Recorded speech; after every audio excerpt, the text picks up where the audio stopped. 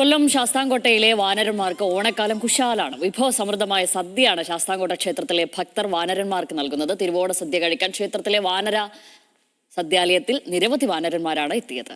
1.5 പതിറ്റാണ്ടായി തുടരുന്ന ആചാരമാണിതെന്ന് ഉല്ലാസ് കോവൂർ MLA പറഞ്ഞു. ഷമീറാണ് വിവരങ്ങളുമായി ചേരുന്നത്.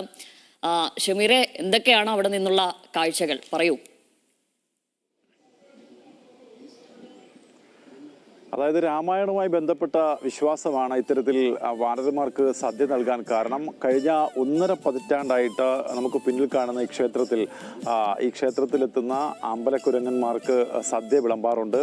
പായസം, അതുപോലെ തന്നെ പരിപ്പ്, ഒപ്പം 2 തരം വിവിധ തരം കറികൾ. അങ്ങനെ വയറ് നിറച്ചവർക്ക് കഴിച്ചിട്ട് പോകാൻ കഴിയുന്ന ഒരു സാഹചര്യം. അവർ വയറ് നിറച്ച് കഴിച്ച ശേഷമാണ് മടങ്ങിയത്. നാളെ തിരുവോണ ദിവസവും ഇത്തരത്തിൽ ഈ സദ്യ വാനരന്മാർക്ക് ഒരുക്കിയിട്ടുണ്ട്. മനുഷ്യർക്ക് മാത്രമല്ല ഓണം, മൃഗങ്ങൾക്കും ഇത്തരത്തിൽ ഓണം സംഘടിപ്പിക്കുന്ന എന്നൊരു പ്രത്യേക ആചാരം നിലനിൽക്കുന്ന ഒരു ക്ഷേത്രമാണ് ഈ ക്ഷേത്രം. ഈ ക്ഷേത്രത്തെ ചുറ്റിപ്പറ്റിയാണ് വാനരന്മാരുള്ളത്.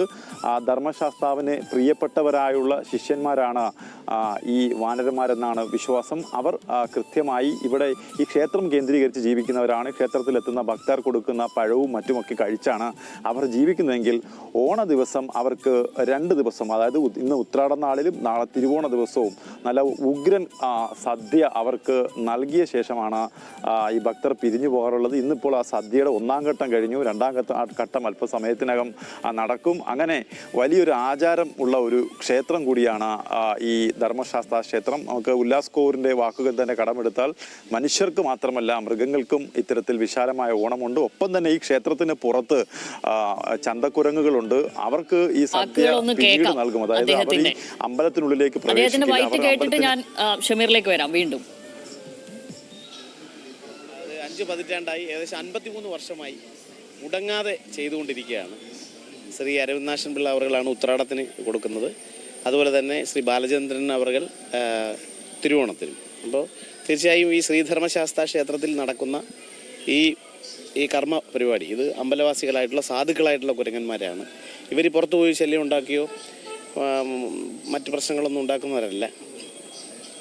ശ്രീധർമ്മശാസ്താവിൻ്റെ ഇഷ്ടത്തോഴന്മാരാണെന്നാണ് സങ്കല്പം.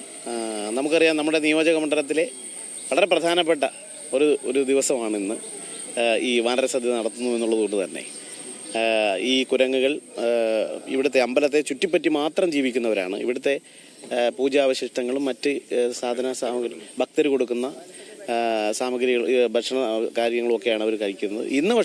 ഇന്നും നാളെയും അവർക്ക് വിഭവസമൃദ്ധമായ ഭക്ഷണമാണ് കിട്ടുന്നത്.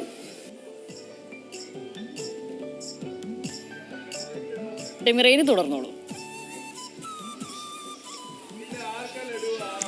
തീർച്ചയായിട്ടും ഇവിടെ 2 തരം കുരങ്ങുകളാണുള്ളത് ഷാമിലി. അതിൽ ഒന്ന് ക്ഷേത്രക്കുരങ്ങുകളാണ്. ക്ഷേത്രക്കുരങ്ങുകളുടെ പ്രത്യേകത എന്ന് വെച്ചാൽ അവർ ഈ ക്ഷേത്രത്തിൽ മാത്രം നിന്ന് ക്ഷേത്രത്തിൻ്റെ കാര്യങ്ങൾ നോക്കി അവിടെ എത്തുന്ന ഭക്തർ നൽകുന്ന ഭക്ഷണം കഴിച്ചു പോകുന്നവരാണെങ്കിൽ, പുറത്ത് ചന്തക്കുരങ്ങുകളുണ്ട്. അവർക്ക് ഇങ്ങോട്ടേക്ക് പ്രവേശനമില്ല. അവർ ഇങ്ങോട്ടേക്ക് കടന്നു വന്നാൽ ഇവർ നിരന്തരമായി പ്രശ്നങ്ങൾ ഉണ്ടാകുന്നുണ്ട്. അത് ഓണസദ്യയുടെ കാലത്തായാലും അങ്ങനെ പ്രശ്നങ്ങൾ ഉണ്ടാകാറുണ്ട്. അതുകൊണ്ട് അവർക്ക് പ്രത്യേക സ്ഥലത്തേക്ക് മാറ്റി ഈ സദ്യ കൊടുക്കാറുണ്ട്. അങ്ങനെ ഒരു പ്രത്യേകതയുള്ള ഒരു ക്ഷേത്രം കൂടിയാണ് ഇത്. അങ്ങനെ അമ്പലക്കുരങ്ങുകളും ക്ഷേത്രക്കുരങ്ങുകൾക്കും വ്യത്യസ്തമായ ഇടങ്ങളിൽ സദ്യ വിളമ്പും. അതിൽ ഏറ്റവും പ്രധാനപ്പെട്ടതാണ് ഇന്ന് ധർമ്മശാസ്താവിൻ്റെ ക്ഷേത്രത്തിനുള്ളിൽ തന്നെ ഒരുക്കിയ സദ്യാലയത്തിൽ അവർക്ക് ഈ വിഭവസമൃദ്ധമായ സദ്യ വിളമ്പിയത്. ഭക്തർക്ക് വേണമെങ്കിൽ നേർച്ചയായിട്ടും ഇത്തരത്തിൽ ഈ സദ്യ ഇവിടെ നൽകാൻ കഴിയും. അത് മറ്റു ദിവസങ്ങളിലായിരിക്കും.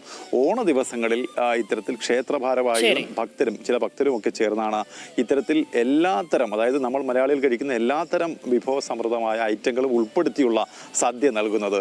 ഷാമിൽ, ഷമീറാണ് വിവരങ്ങളൊക്കെ നൽകിയത്.